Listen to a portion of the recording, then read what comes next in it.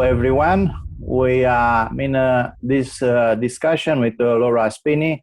She is the author of Pale Rider, the Spanish flu of 1918, and how it changed the world. Hello, Laura. How are you? I'm very well, thank you. Thank you for inviting me to speak today. How is the situation in France? Because you are living in Paris. I know you are living in Paris. And how is to live there in times of pandemic? Well, until last Monday, so Monday the 11th of May, we were under quite a strict lockdown. I think one of the stricter ones in Europe. We were only allowed out an hour a day. We couldn't go further than a kilometre from our home, and we had to fill out a form each time we went out.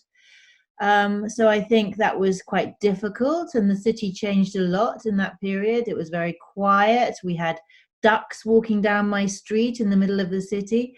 The air was clean. You know, you hear many people say that climate change took a backward step during that period.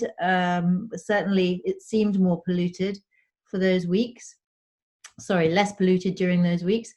But then since last Monday, life has got back to semi-normal. The streets are full of people again. Most of them are wearing masks. Maybe half of them are wearing masks. And there's the traffic is back, and it's as noisy and busy as ever. But I think people are taking the necessary precautions. Speaking about your book, and I was thinking, reading your book, you as an author, you have a quite unique experience because you are living now one of the stories of your characters, and you have a lot of characters in your book. Including British living in France during the First World War in 1918, in times of Spanish flu.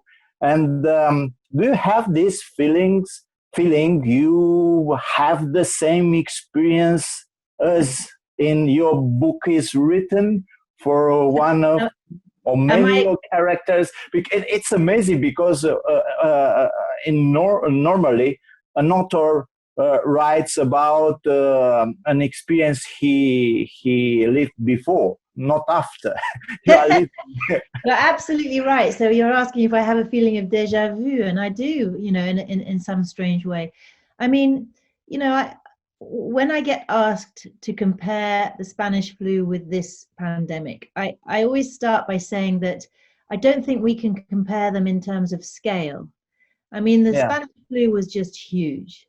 It was by far the worst catastrophe in modern history, if we can trust the figures that we have today. So, you know, I think it's unlikely that this pandemic will come anywhere near those numbers. Of course, we don't have the final death toll, but I don't think it's going to be as bad. So in terms of scale, I don't feel we're living the same experience. On the other hand, there are many parallels, and some of the most striking ones are in terms of human nature. I think that, you know, pandemics bring out the best and the worst in people, and we've seen that all over again. You know, people coming together, showing real community solidarity during these times, clapping on their balconies at 8 o'clock here in Paris to show solidarity with the medical corps.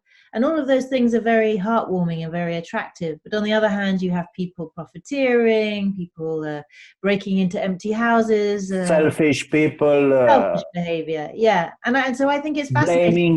Blaming the strangers, blaming conspiracy. Xenophobia, racism, all the rest of it. Wanting to close borders against outsiders. It's all exactly the same behavior that we saw in 1918. So the human nature is the same, 100 years we can later. Be glad of it, or we can be sorry about it, but yes. Your book, it's extremely well documented and very interesting to read. It's published in Romanian by Corinth Publishing House, and you can find it on elefant.ro, La Elefant Fest, I said in Romanian. The event, the book fest, which is going to be in a few days. So speaking about this pandemic and comparing with the Spanish flu, do you think it is a game changer as Spanish flu it was 100 years ago? It's a very good question, because if you look back at history, we have a habit as human beings of forgetting about pandemics. And one of the reasons I wrote my book was to try and understand myself why it was that we forgot, in some sense, the 1918 pandemic. When we look back at the 20th century, the major events that we think about in terms of loss of human life tend to be the two world wars, maybe Stalinism, maybe Yeah, fascism in its broadest Nazism. sense, Yes, some of the other big wars that took place, the end of the colonial period. But we don't think about the pandemics, and yet they were the biggest killer of the 20th century, if we can trust the numbers again, and they have been a huge killer of human beings throughout history. So why is it we forget about them? And I think if you, I mean, we can address that question separately, but the fact that we do forget about them suggests that we probably don't take away the lessons that we should do from pandemics, and we may not again. I mean, I think it's really interesting again to live through this, because I'm seeing how many debates there are, all the discussion about how, for example, we should overhaul our health systems, how we should, reform the WHO and make it stronger, how we should undo globalization because of all our supply lines have been disrupted. Will it exactly. actually happen? Will it happen? I don't know. I mean, it may accelerate certain trends that were already in place, but I doubt there'll be all the change that people are desiring to see right now.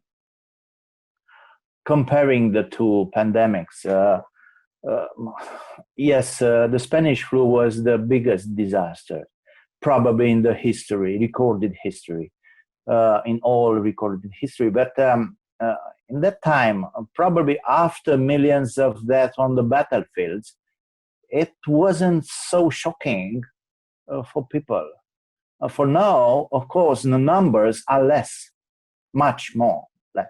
But probably the shock is greater for our societies, because we don't want to admit the death. It can be tomorrow. Yeah. And now it's a change in, probably a change in mentalities. What do you think? I think you're onto something. It was 70 years of prosperity and peace in Western Europe, at least. And we think we're invincible. Yeah. I mean, I think there are two things. Yeah. So, as you know, in 1918, the pandemic erupted at a time of war.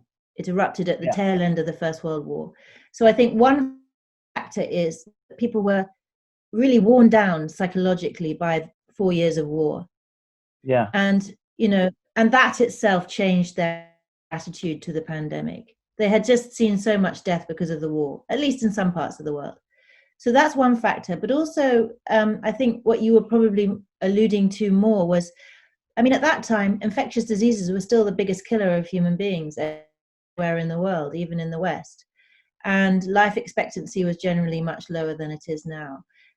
Nowadays, the biggest killer of those of us in developed countries are the degenerative diseases, heart disease, Alzheimer's, all the things that kill you at an old age and rather slowly. So that in itself, I think, has changed our attitude to death. And I think, yes, we're much less used to it. It's not so frequent a visitor to our households. We are horrified if a child dies before its parent, whereas that was quite a common occurrence, unfortunately, 100 years ago. So I'm not saying it's a good thing that people were more used to death then. It was just as traumatic, but it was less surprising. And I think you can really see that in this pandemic, because who are the main targets of this pandemic? It's the elderly. It's often people in care homes. In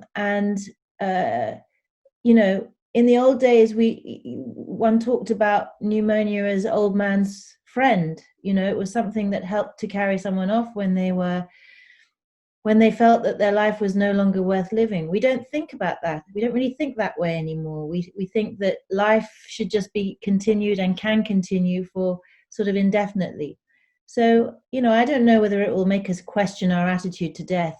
Again, I'm not sure that a pandemic has that kind of impact, but perhaps it should. What can you say about politics and change in politics? We are speaking about a new world after this pandemic, new coronavirus pandemic. Is it feasible to have this kind of thinking? Do you think it's realistic to see it is a change, a big change? All the thing will be as normal as it used to be before this. So, what I understand from talking to historians, and I think it's really interesting, is that pandemics can drive change and long lasting change, but it's not the same change everywhere. So, for example, in 1918, when the Spanish flu struck South Africa, Yeah. it essentially, I made the argument in my book, and I think I gathered sufficient evidence to support it, that it essentially accelerated racial tensions and the development of apartheid in that country. So you could think of that as a negative change. But in India, it accelerated the move towards independence, which I think we can agree was a positive change. You have Mahatma Gandhi in your book. Exactly. He fell ill with the Spanish flu, and that's part of a bigger story about how that whole episode fueled the independence movement for complicated reasons, but it did. And so I think that's the point. And actually, historians of the Black Death, the pandemic of the 14th century of plague, have said something similar. So, for example, for a long time, there was a theory that the Black Death shifted the balance of power towards workers, because it essentially killed so many workers that the ones who were remaining could lay down the terms they wanted and say, we want to be paid this much, we want to be treated with this respect, and we want a higher status. And it was a contribution and ending Middle Ages. It ended the serfdom and it ended the Middle Ages. That's been a theory that has been in place for a very long time. But there's new research which suggests it wasn't so simple, and that in some places, exactly because labor was in short supply after the Black Death, the landowners were more motivated to suppress it and to oppress it and to make sure that the workers did what they said and to coerce it. So in some places, the idea is the Black Death might actually have reinforced serfdom, and that it depends on what the ideology was locally, on what people understood about class, about history, about balance of power. All of those things affected the local impact of the pandemic. And so I think we're likely to see that again, that the pandemic will make change, political and economic change, all across the world, or all across those parts of it that were badly affected, but it might not be the same kind of change. Are you going to write a book about this pandemic? As you may imagine, I have been asked that question quite a lot. And the answer is no, because I have done my pandemic story. I have written about the impact of invisible microbes, and I want to write about different things now. But I know that a lot of other people are working on that book. And in fact, I think some have already appeared, amazingly, the great story of the COVID-19 pandemic. So I'll leave it to other people this time. Okay, it's a lot of work to do. It's a lot of work. Yeah, sure. But yes, in your book you have a lot of information about what had happened 100 years ago. And of course, after First World War, it was Spanish flu. Many victims, 50 million. I don't know how many, but huge numbers. And then the economic crisis, the Great Depression, then Nazism, Second World War. It was a chain of disasters. we think about. Do you think now in our times, people are much more clever in coping with this pandemic, and to not allow the rise of new extremism and xenophobia, nationalism, extreme parties? Because we are in a troubled situation. We were in a troubled situation before a pandemic started, with Brexit, with United States, and clashes with China, new Russia, assertive Russia, and this competition for power. It's a quite Turbulent time. similar. Yes. I mean, can we expect this kind of devolution, not evolution? I think that history never repeats itself, but it does rhyme. I didn't coin that phrase, obviously, but I think it would be a mistake to suggest that very similar things would happen again, and B, a mistake to suggest that we're immune to such ructions and disruptions. We do learn, but there's also a sense in which every generation has to make its own mistakes. And just to give you an example, which is very closely related to the pandemic, I mean, one of the lessons I think we took away from 1918 was that at that time there was no such thing as a global health agency. And there was a realization that you needed to be able to coordinate internationally the response to a global health crisis. Yes. And so it was a big achievement after the Second World War. Yeah, the WHO was born after the Second World War, but it had forerunners. The League of Nations had its own health branch. I'm not so optimistic because we see what Mr. Trump is doing. Right. What I was going to say was, we learned that lesson, right? But now we've slipped back from it, because in the last few decades, the world is becoming more polarized, more isolationist. And as you say, Mr. Trump has withdrawn his funding from the WHO. By the way, he was already in arrears before that. He hadn't paid his bills. But, I mean, more broadly, it's not just America. Countries are not supporting the WHO to the extent that one might desire if one wanted it to be really truly effective in a crisis like this. And not only that, but they're not listening to its recommendations. They're not following its advice. They're doing their own thing. So, the WHO is far from perfect. It has many critics in the public health community who think it's big and slow and bureaucratic, and it's in the middle of a reform process now. But I think that even its fiercest critics amongst public health experts would admit that we do need some kind of global health agency. So, if not the WHO, then something else. And we seem to have unlearned that lesson a little bit in recent decades. You're right.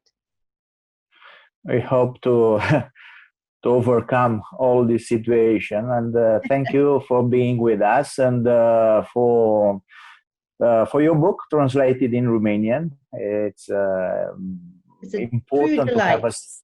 Yes, I'm delighted to be in Romania. Yeah, I have never been to your country, and I hope very much to come. After all this crisis, please come. We'll have a launch of your book if you want. That would be great. I'd love to. One of our libraries with the Corinth Publishing House, of course. Let's see, and see you soon. Thank you for this discussion. See you soon. And goodbye and good luck. Goodbye and good luck to you. Stay well.